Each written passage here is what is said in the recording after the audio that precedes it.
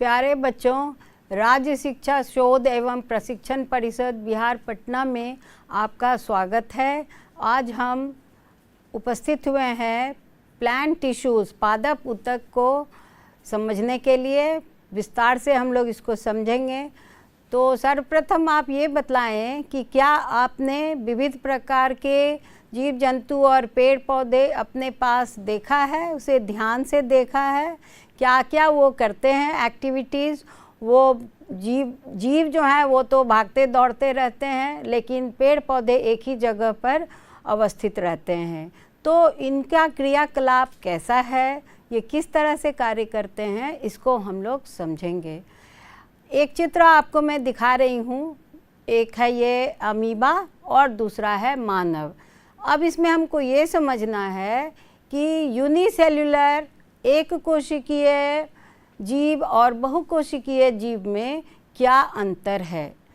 Amoeba एक कोशिकीय जीव है और वो एक ही कोशिका का वो एक स्वतंत्र जीव है और अपने सारे कार्यों जैसे श्वसन, पाचन, परिसंचरण, उत्सर्जन, जनन इत्यादि को संपादित कर लेता है। जबकि मानव बहुकोशिकीय मल्टीसेल्युलर प्राणी है। इसके अनेक अंगतंत्र हैं। इनकी बनावट किस तरह से चलती है, तो बहुत सारे कोशिकाएं, विभिन्न प्रकार की कोशिकाएं मिलकर जो है इस पूरे शरीर को बनाया है। तो समान रूप की जो कोशिकाएं हैं वह एक विशिष्ट कार्य को संपादित करती है और ऊतक कहलाती है। फिर ऊतक सब मिलकर एक अंग का निर्माण करते हैं जो एक खास पूरे कार्य को करते हैं। और अंग तंत्र, अनेक अंग हैं, जो छोटे बड़े अंग हैं वो सब मिलकर एक अंग तंत्र का निर्माण करते हैं। जैसे कि पाचन तंत्र। पाचन तंत्र में आप देखते हैं कि हम लोग मुख से खाते हैं, उसको चबाते हैं दांत से, फिर निगलते हैं और फिर उसका पाचन होता है, अवशोषण होता है, रक्त में मिलने की प्रक्रिया होती है और निष्कासन होता है।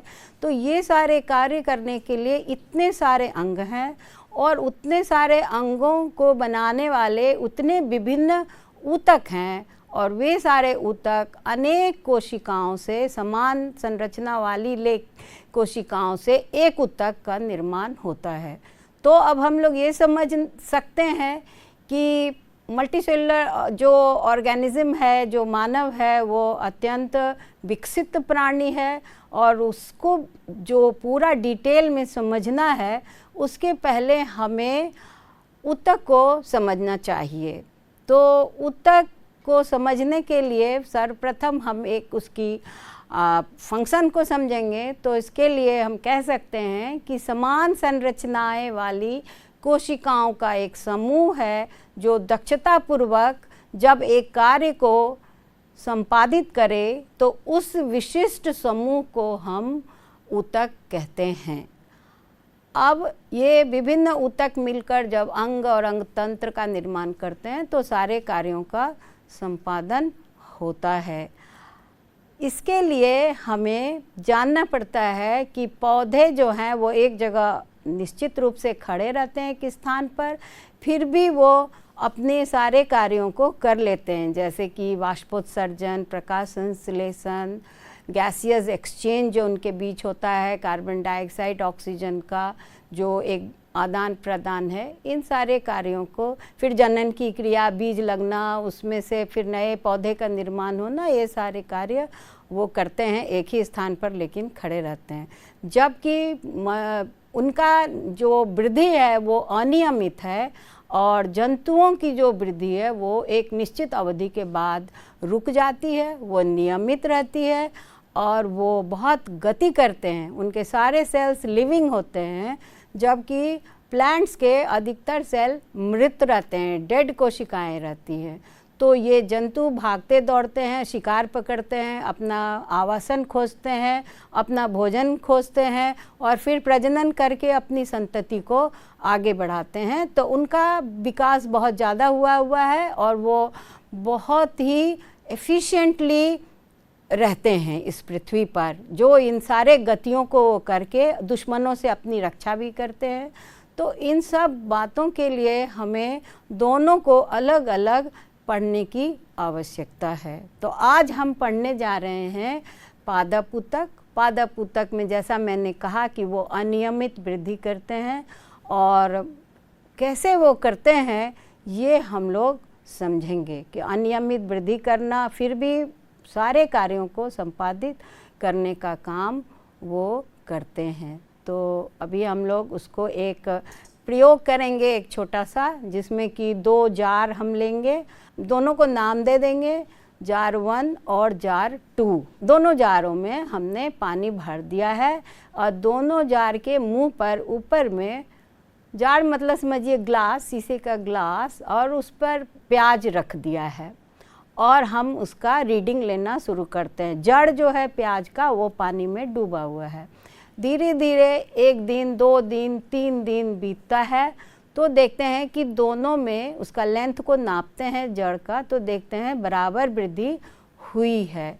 लेकिन फिर हम क्या करते हैं, तो उसको दूसरे जार के जड़ को थोड़ा टिप से, शीर्षस्थ जो ऊपर भाग है उसको हम काट देते हैं।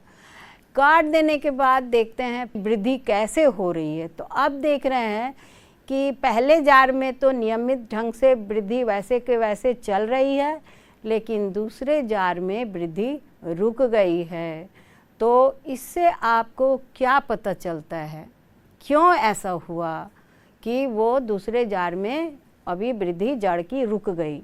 तो हम लोग निष्कर्ष निकालते हैं कि एक विशिष्ट प्रकार की कोशिकाओं का समूह है शीर्ष पर, जो नवजात है और बहुत तेज़ी से विभाजन करने की क्षमता रखता है, और इसलिए जहाँ मैंने उस शीर्षस्थ भाग को काट दिया तो उसकी गति, वृद्धि की गति रुक गई। और रुक गई तो इसके लिए अभी हमको समझना होगा कि यह एक विशिष्ट प्रकार की कोशिकाओं का समूह है, जिसे विभाज्योतक ऊतक कहते हैं।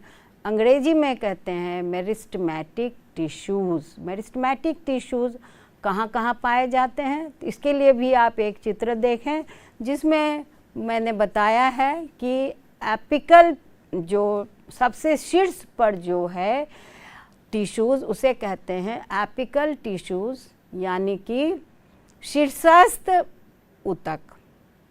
यानी शीर्षस्थ ऊतक जो है वो एपिकल टिश्यूज़ कहता है। इसके बाद उसमें से बीच में आप देखते हैं कि थोड़ा ब्रांचेस निकलता है, पत्तियां निकलती हैं, तो उस पोजीशन को कहते हैं, वहाँ भी विभाज्योतक ऊतक होता है, क्योंकि वो तेज़ी से वृद्धि करके वह तना, एक शाखा और फिर उसमें पत्तियां निकालता है। उसको कहते हैं इंटरकैलरी या अंतर्वृष्ट विभाज्योतक ऊतक। फिर नीचे देखेंगे आप कि तना मोटा होता जाता है और तना में जो है पार्श्व दोनों तरफ उसमें विभाज्योतक ऊतक रहता है, और वह तना को मोटाई प्रदान करता है। क्या आपने देखा है कि जब पौधा छोटा सा रहता है तो बिल्कुल हरा रहता है उसका तना, लेकिन फिर धीरे धीरे वो मोटा और कड़ा लकड़ी जैसा, बहुत 3-4 साल बाद बड़ा सा आम का पेड़ या नीम का पेड़ तो आप देखेंगे। और इस तरह से और बूढ़ा पेड़ देखेंगे तो देखेंगे कि उसमें तो एकदम बहुत सारा ब्राउन छेद हो गया है, छाल हो गया है, इस तरह से वैसा पेड़ अब वो बन चुका है। तो और इतना मोटा भी वो पेड़ हो गया है। तो ये जो मोटाई है ये कैसे होता है, ये पार्श्व में यह वृद्धि करते हैं और उसको कहते हैं कैम्बियम। क्या कहते हैं? कैम्बियम, जो उसको तना को मोटाई प्रदान करता है। अब हम लोग आगे देखेंगे कि ये मेरिस्टेमेटिक टिश्यूज़ कैसे हरे थे, एकदम छोटे छोटे थे, जबकि वो दोनों तरफ से बढ़ रहे थे, तना से भी बढ़ रहे थे और जड़ से भी बढ़ रहे थे। ये हम लोग ने देखा कि जड़ को काटा तो वृद्धि रुक गई थी। तो दोनों तरफ से ये बढ़ते बढ़ते बड़ा सा पेड़ धीरे धीरे हो जाता है और स्थायी रूप धारण कर लेता है। तो यह विभाज्योतक ऊतक की जो खासियत है, जो इसका विशेष गुण है कि वह लगातार विभाजन करके फिर पुनः विभाजन करके धीरे धीरे स्थायित्व को प्रदान करता है। इस क्रिया को हम विभेदन कहते हैं या सेल डिफरेंशिएशन इसको बोलते हैं कि मेरिस्टेमेटिक टिश्यूज़ विभाज्यतक ऊतक जो हैं वह सेल डिफरेंशिएशन करते हैं। हिंदी में हम इस क्रिया को, ये बहुत इंपॉर्टेंट क्रिया है, इसे विभेदन के नाम से जानते हैं। और टिश्यूज़ जो हैं वह अब स्थायी रूप धारण कर लिए हैं। तो ये स्थायी ऊतक परमानेंट टिश्यूज़ दो प्रकार के होते हैं, सरल स्थायी ऊतक और जटिल स्थायी ऊतक। तो सरल स्थायी ऊतक जो है वह चार तरह से है। पैरेन्काइमेटस, इनका अंग्रेजी नाम ही चलता है। दूसरा है, ये अगर हरा हो जाए तब हम इसको क्लोरेन्काइमा कहते हैं, क्लोरेन्काइमेटस टिश्यूज़। पैरेन्काइमेटस टिश्यूज़ ही क्लोरेन्काइमेटस टिश्यूज़ हो जाता है।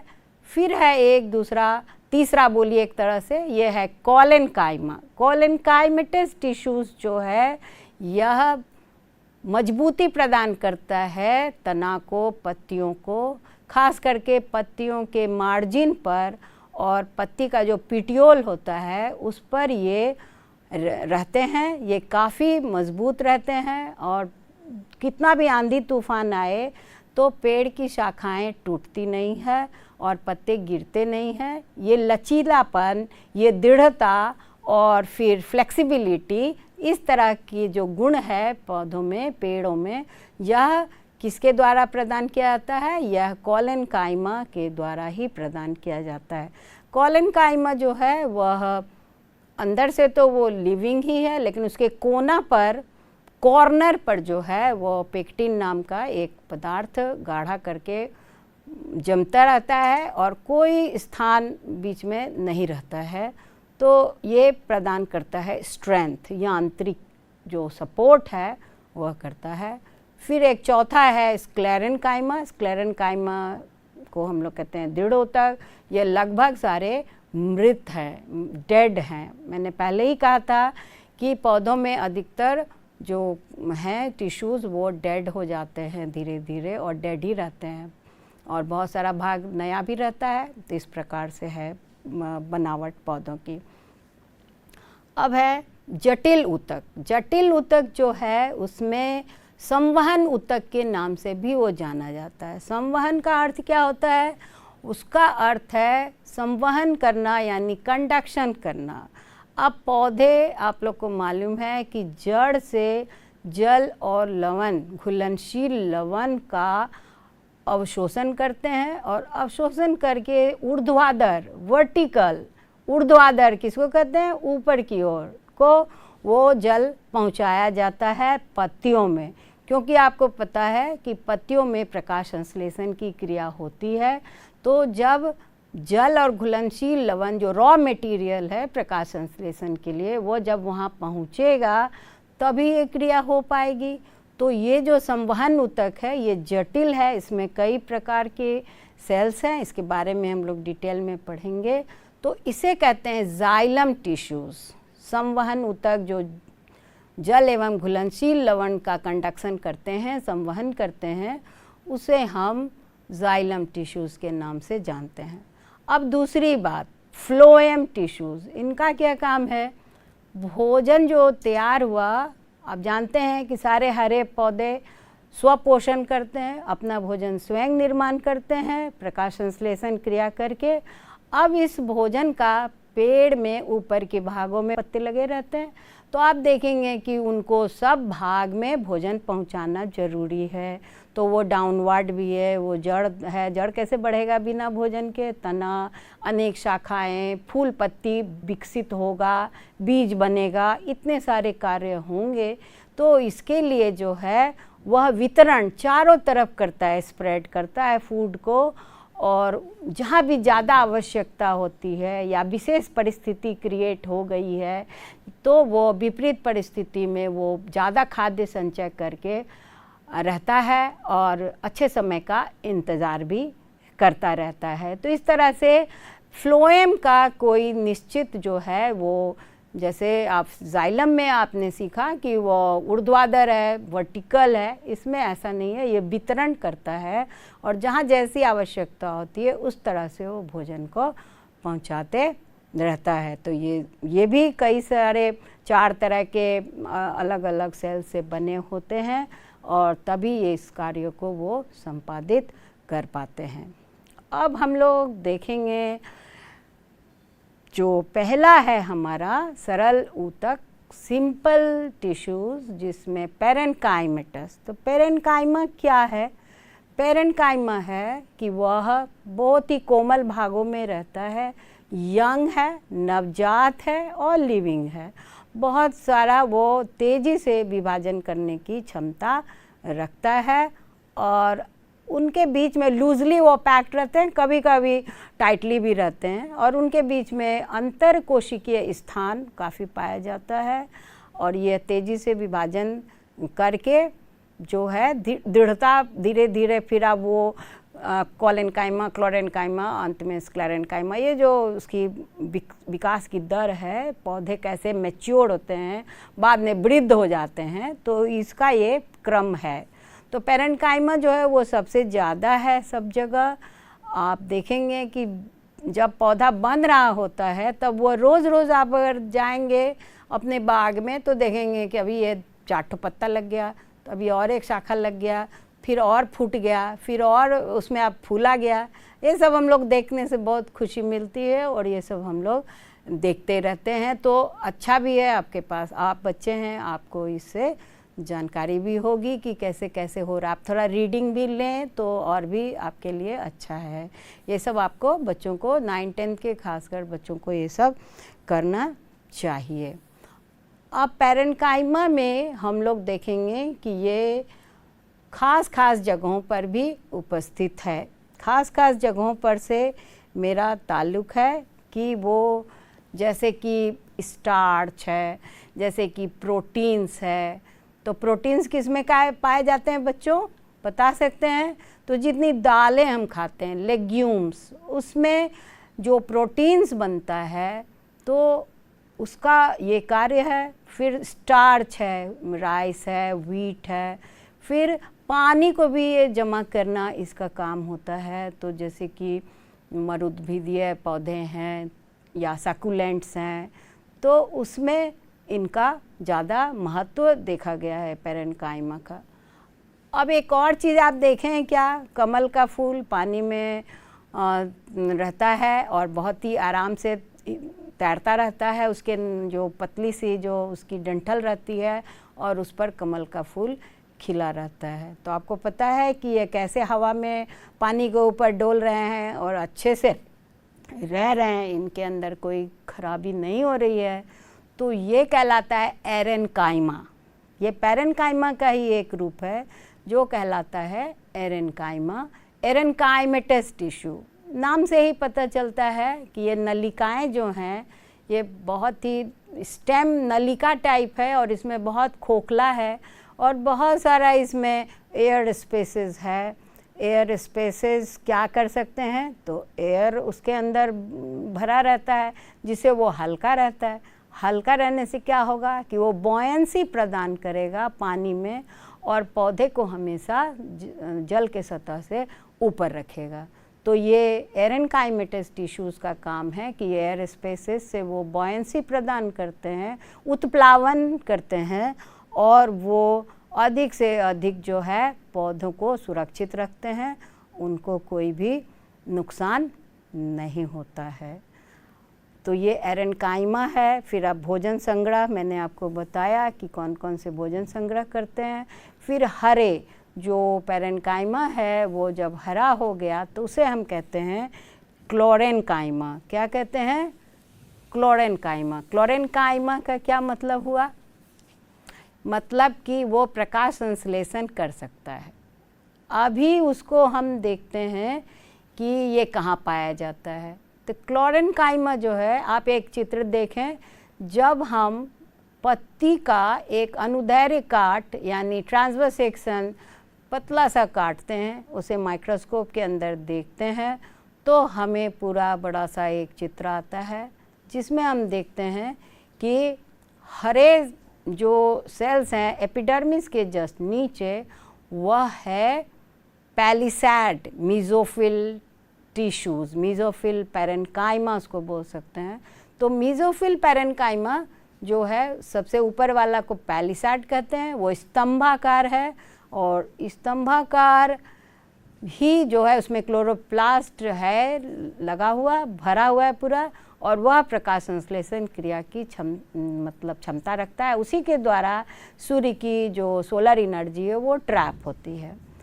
दूसरा है, आप देख रहे हैं स्पॉन्जी पैरेन्काइमा, मीज़ोफिल पैरेन्काइमा, जो कि गोल गोल है और उसमें लूजली पैक्ड है और उसमें भोजन संग्रह होता है, उसमें भोजन संग्रह होता है। तो ये दोनों पैरेन्काइमा लीफ में पाए जाते हैं जिनका कार्य है, और ये हरे हो जाते हैं तो इससे ये इन कार्यों को, प्रकाश संश्लेषण वाले कार्यों को संपादित करते हैं। तो हम लोग दोनों को मिलाकर मीज़ोफिल पैरेन्काइमा या टिश्यूज़ कहते हैं, जो पैलिसैड है और स्पॉन्जी है।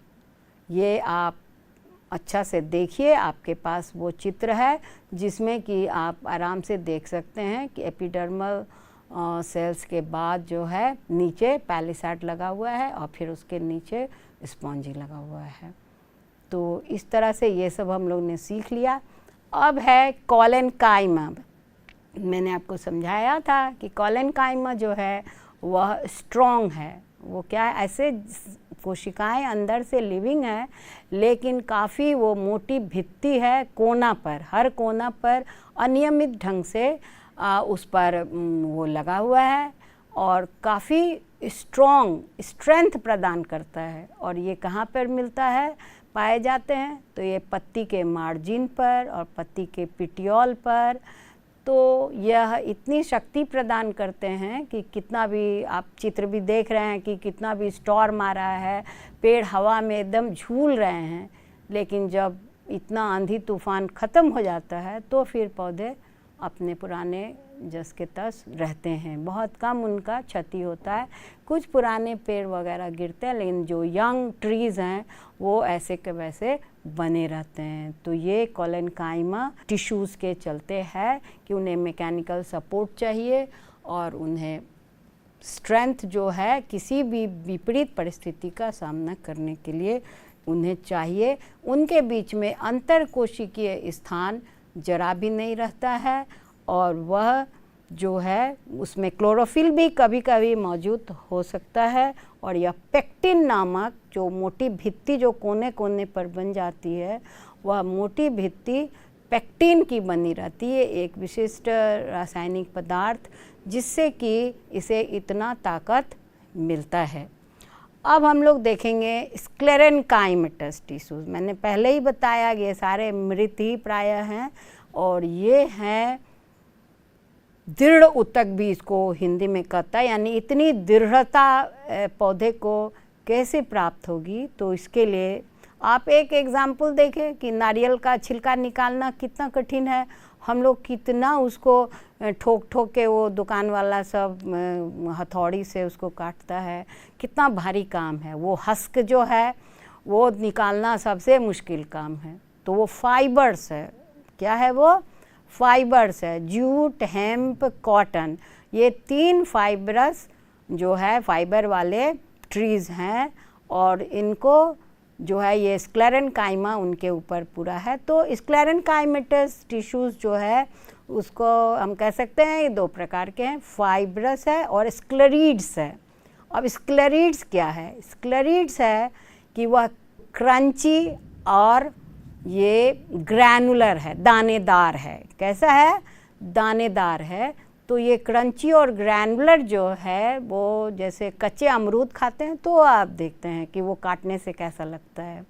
एप्पल के जो कोर है उस पर भी है, और नट्स जो हम लोग खाते हैं, बादाम या जो भी, उसके ऊपर एक छिलका लगा रहता है, वह भी स्क्लेरीड्स है।